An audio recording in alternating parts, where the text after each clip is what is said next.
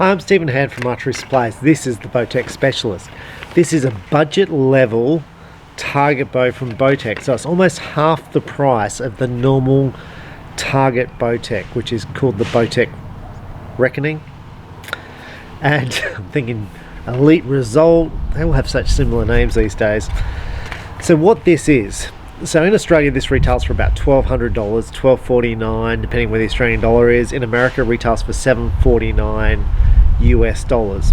The draw length is adjustable from 23 to 32 inches, which is a huge adjustment with rotating modules, so that means you don't need to buy modules. So if you're built like a giant, this bow will suit you. If you're short, this bow will suit you. It weighs 4.5 pounds, which is a good weight. A lot of the bows are a lot heavier, around 5 pounds today. 4.5 is very, very good. This is a binary cam system, which means the top wheel and the bottom wheel are identical. It's a 3-track system, so you have 1 track here for the drawstring, 1 track here for the cable, and 1 track for the other cable. So you have 3 tracks, so it's a 3-track binary cam system. The way the cam stops is with this thing here called a draw stop.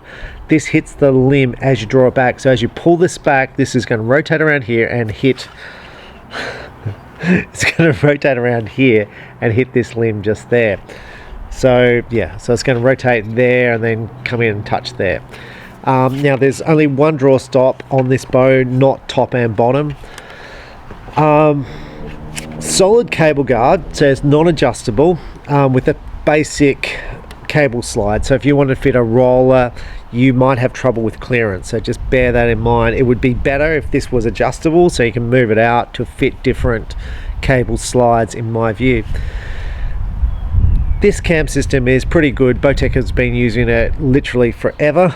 I'm not sure if they're using bearings up here or not, because you can't really see into it. You can see the washers. Now if you've got to tune this bow, let's say you're getting a little bit of cam lean, or your arrows are pulling out to the left or to the right, you have to shim this left or right, which means moving these cams left or right, which is, can be hard, and just bear that in mind. These little things on the limbs here, this is to increase the strength. So if you dry fire the bow, it's meant to make the bow a bit stronger, make the limb a bit stronger to try and stop the whole limbs blowing apart if you dry fire the bow. The draw lengths are measured on the back here, which is pretty nice. You can see there a little mark there which says 29. Very simple system, I like that. The brace height is about 7.5 inches, which is a nice brace height for target. Speed on this is rated at 322, which is pretty similar to most of the target bows. So we're going to see what the draw cycle is like and see how it shoots. The one thing I do really like about this bow is the adjustable grip. So if you want to buy more grips or try different grips, you've got to buy them. It doesn't come with the grips. It's got a dampener here, which is just a bit of weight with a bit of rubber on it. It's two plunger holes where you bolt the arrows on so you can lock on in place. 2 sight positions for your sight to go on. You can probably see it better from this side here, but they're only slightly different. So overall the bow looks nice. It comes in lots of colors. It comes in red, blue, white, black. Delivery time on this bow, you're looking around 8 weeks from Bowtech. Overall, solid limbs. These have been used for a fair while. Talking plastic limb pockets here and plastic pockets here. Things that I would like to see, I haven't shot this bow yet, I haven't drawn it. I would like to see in here like a round grommet thing that they screw the limbs into. Makes it easy to wind in and out the risers, and if you do strip out the riser, you've just got to replace the grommet. So I'd prefer there to be like a little round thing in there, which you see on the more expensive Bowtechs. I'd like to see the limb pockets be able to be locked into place. But overall the price point is really good. Puts it cheaper than your PSE Supra. It puts it in a unique price point.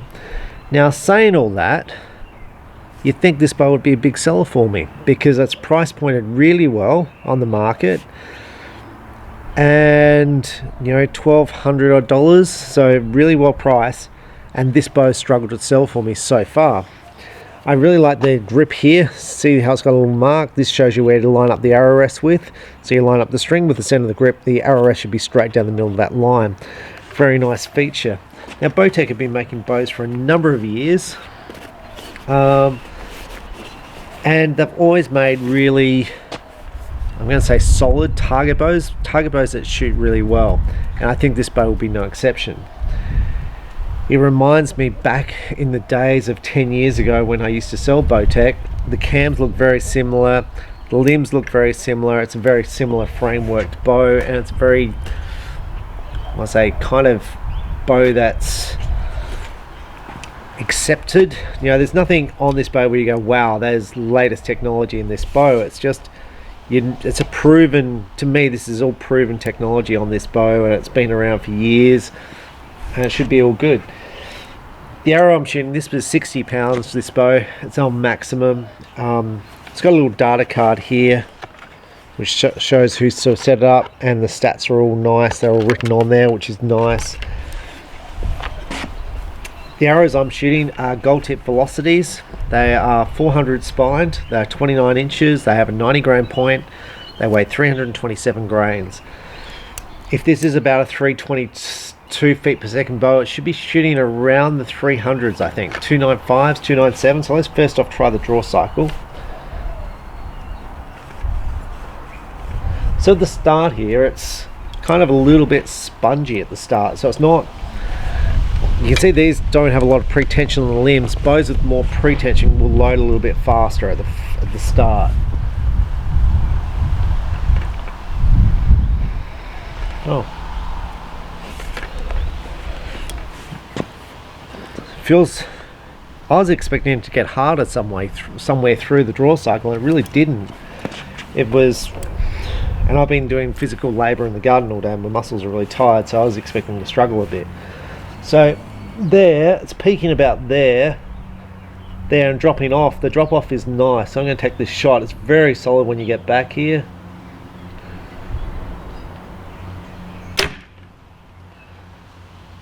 .287. Now the weight in the hand, a lot of target bows will be back heavy. This is pretty well balanced. I could feel no shock or vibration with the bow when you shot it. It feels really nice to shoot. I'd probably prefer it to be back a bit with weight.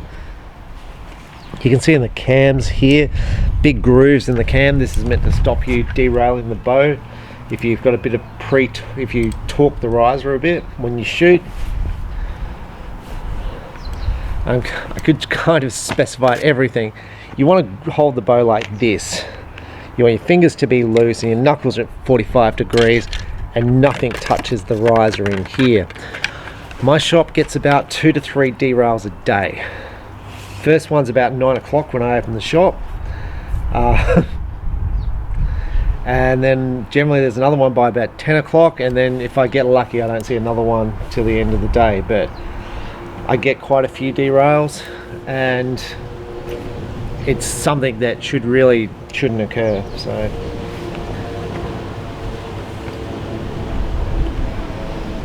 I really like how solid it is back here.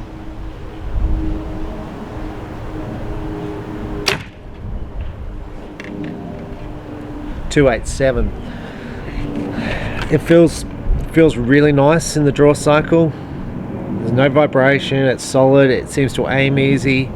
The grip is really nice. It's kind of feels like about the right kind of width that you want. Some bows are too narrow, some are too wide. This feels pretty much perfect. So overall I really like it.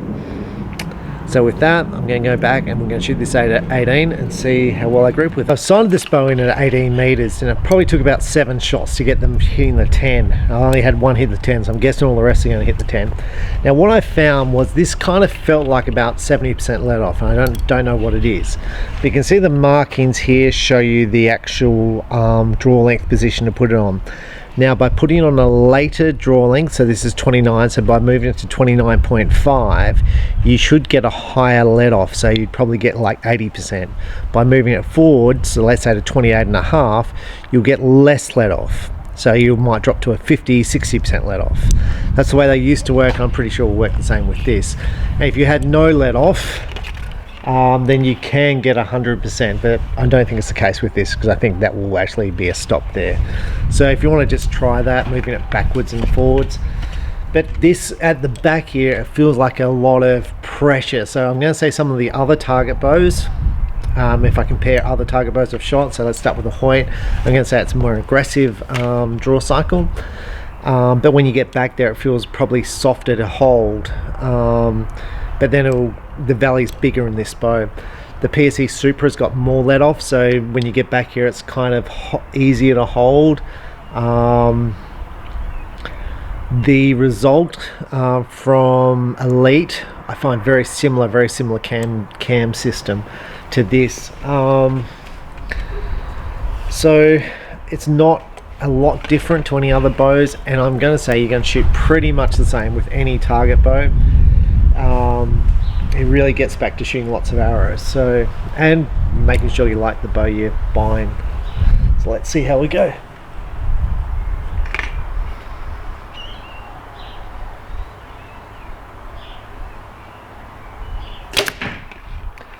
So this week I had a couple of customers come in and say, I can't tune the bow, I've moved my ROS way out to the left, I've moved it in, I can't get the bow to tune. So the first thing I do is I put the ROS dead back in the middle of the bow, and then I go and paper tune the thing, and literally it bullet holes the first time I shoot it.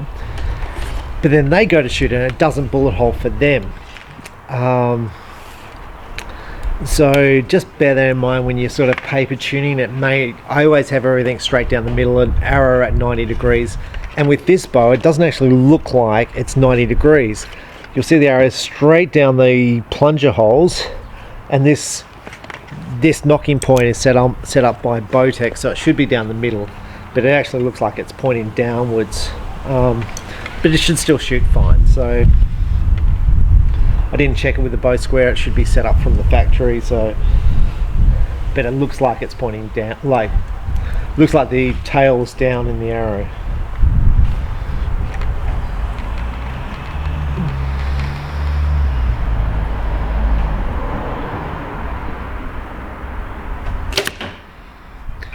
Now I'd say it aims very easily. The pin's really not moving out of the 10, it's just kind of sitting there. Again, no left to right shutter, and I think that was probably a bad shot. Felt alright. In the sun, the arrow doesn't look like it's in a good spot, so.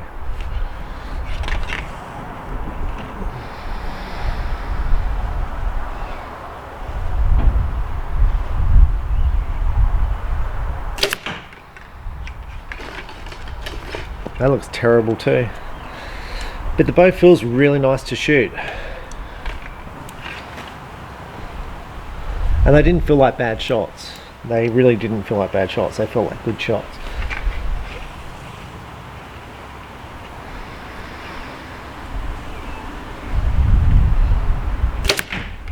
Now I would say at 29 inches this feels a little bit short, and with other bows I shoot at 28.5. So there's this thing that, you know, you may not be 29 inches on a 29 inch bow. To me this feels a little bit short to me. Like, it feels I'd shoot it at this draw length, but I shoot other bows at 28.5.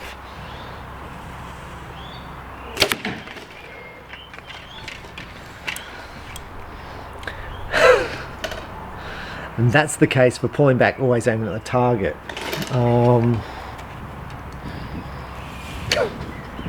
It hit the target.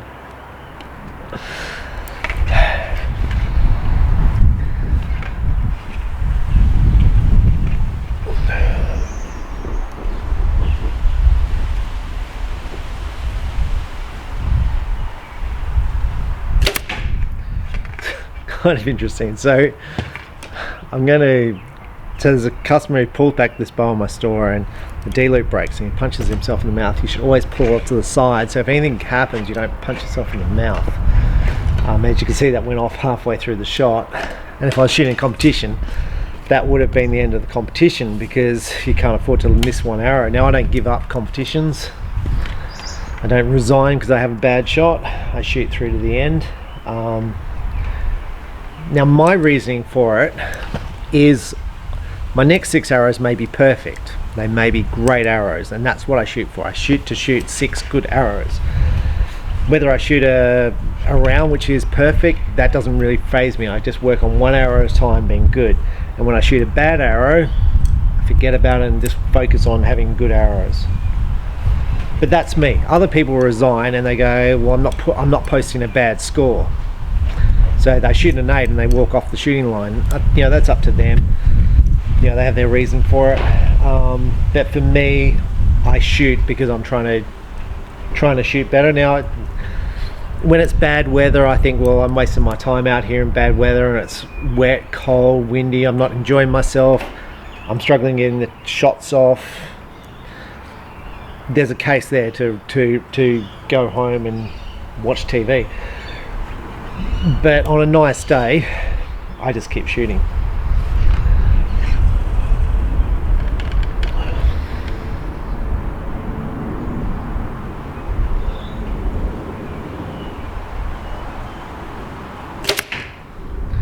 So I've been shooting since I was 12. I'm 50, that's 38 years, and at no stage have I ever resigned from a shoot. Ever. Not once. So, and I suppose I don't take it that seriously. It's like, if you post a bad score, it's like, and I've shot a few like shoots and I think I can win this shoot, you know, like there's the Nationals, and I was shooting really well before the Nationals, and I thought, like, I can win this. And I went down there and I got a speeding fine going down there. I thought, I'm going to lose my license. How am I going to get to work without a car, without a license? And I get to the motel room, the motel's a dive, and I'm just thinking, and I get to the Nationals and it's like gusting, it's terrible weather. I'm just like, yeah, then my release aid broke and I'm like, I just want to go home and be miserable. I didn't. I shot the whole shoot. I just didn't shoot, like, I shot a terrible score, but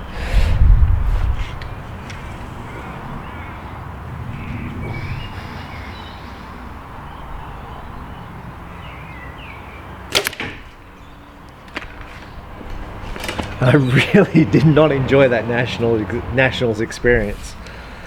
Speeding fine was $1,600. Like, I remember like it was yesterday. I just brought a brand new car.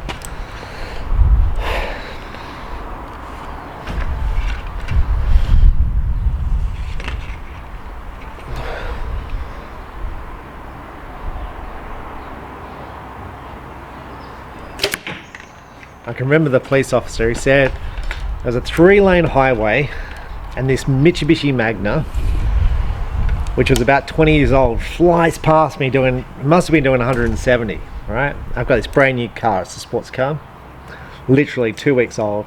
I was like, there's no cars on the road except for this Magna that's gone past me at 170. So I was like, well, I'll just accelerate and see how this car handles at a higher speed. And I get up, I speed for no more than 10 seconds. I get up to 160 and out of the right hand side, lights come on.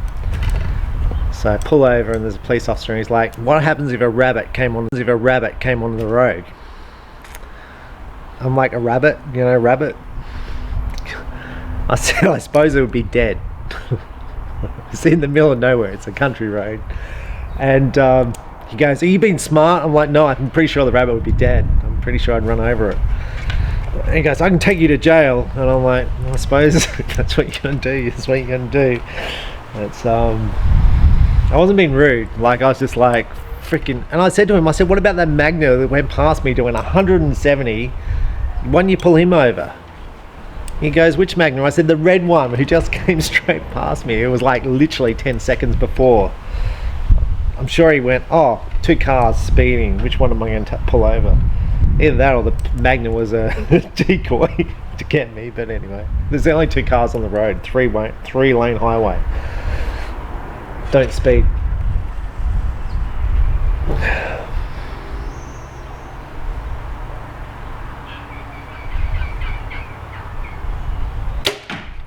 And that's my only speeding fine ever. I don't speed. Because it's like $1,600. Crazy. And that's when I was 25.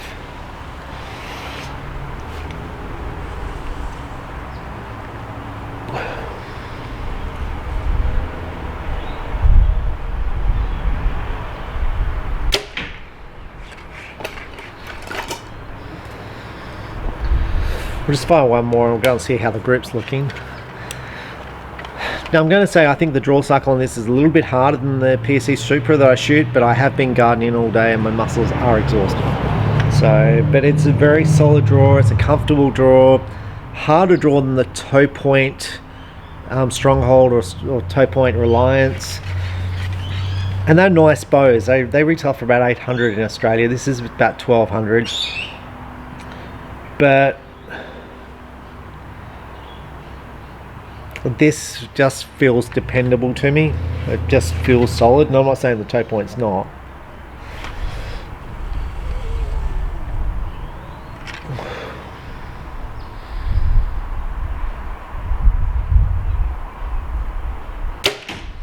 Alright, let's go and check the arrows down the other end. Now, this is the arrow on the other target that went off halfway through the draw cycle, because I obviously applied a bit more tension to the back tension release aid.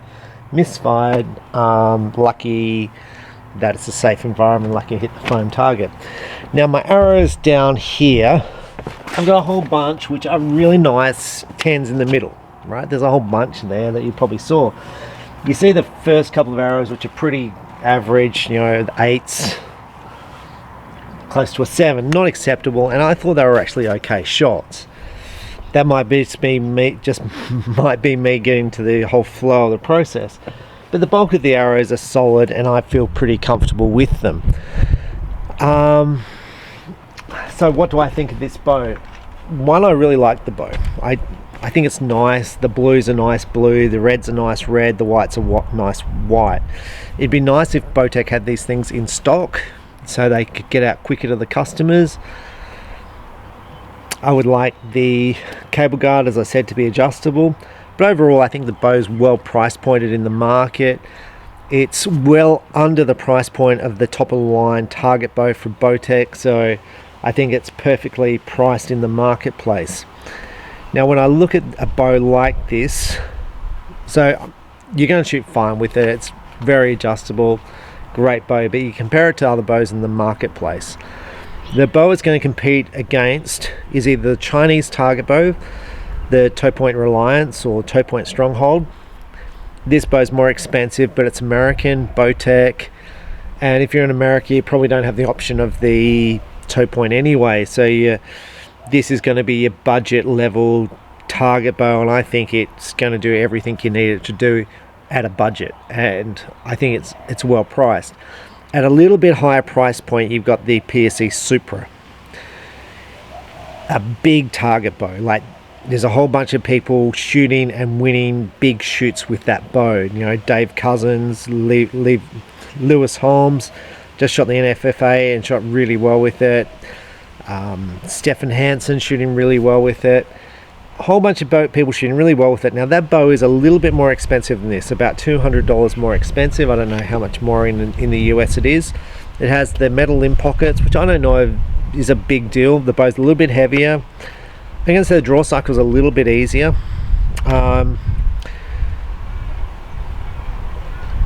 You can change the let off by buying modules, which the modules are not cheap for the PSE. But it is a more expensive bow, so it's an extra $200 odd. So it depends on what the $200 budget is to you. I'm going to say it probably looks a little bit more polished than the Specialist because it's an anodized finish.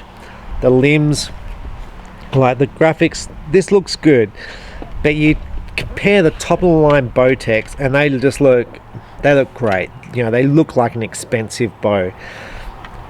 I love the grip.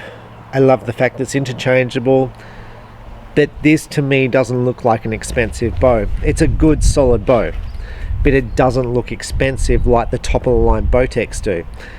And I think that's what's probably stopping this bow from having its place in the marketplace, because your top of the line Bowtech pro shooters are going to shoot top of the line bow, which is over $2,000.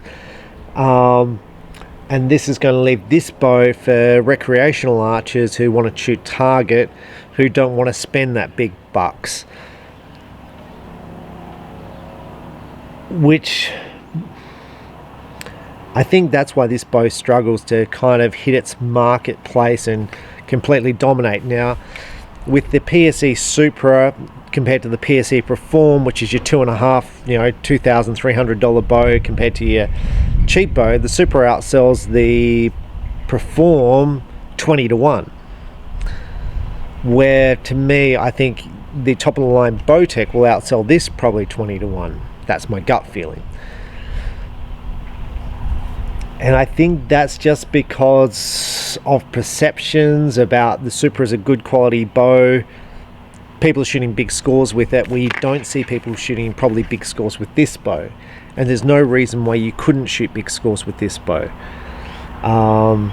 I think it would shoot very well, and I think that it's going to be, you're probably going to shoot no better with any other bow on the market.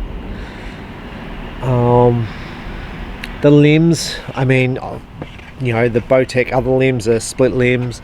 This is a solid limb. I'm going to say you're going to see no difference between these limbs and the other limbs. These limbs have been on the market for years, very dependable. The other bow which you'd probably want to compare it to is the Elite Victory bow. Very similar cam system, a binary tri-track system with a string stop, similar price points, similar axle, similar brace height. I'm going to say this bow is a little bit easier to draw than the Victory, but maybe the Victory looks a little bit more polished than this bow. Now again, saying that, the Victory used to be a big selling bow, and it's really, for me, it's died off in the past year, where the year before it sold really, really well. Where it seems to me that this year people have been buying the Results because it looks flashy, it looks cool, it's got more adjustability, you can change the whole feel of the bow. So the Result, to me, the Elite Result, has outsold the Victory 10 to 1 this year for 2020, when before the Elite Victory outsold the Elite Echelon 10 to 1. So getting back to this bow, and where I started this review is that it's been in my store now for 2 months and no one's asked to shoot this bow. And people come in and say, look, I'm interested in a target bow, can I have a shot with that? And then I'll shoot this, and they walk out with one. No one's actually asked to shoot this bow. And I think that's not doing this bow justice. It's a very good bow, and I think it shoots very nice, and I think you shoot very well with it. So with that, if you're in the market for a budget level target bow, give this a shot, because I think it's well worth having a go at. And for the extra money that you could save between this and the top of the line target bow, you can fit out, you can get decent arrows, you can get decent sights, decent arrow rest, decent release aids, and be cheaper and get much better results if you're on a budget. So I'm Stephen Hand from Archery Supplies, and it always gets back to the archer. You can take an average bow with an excellent archer, and they're always going to beat an average archer with an excellent bow. Thanks for watching. Bye.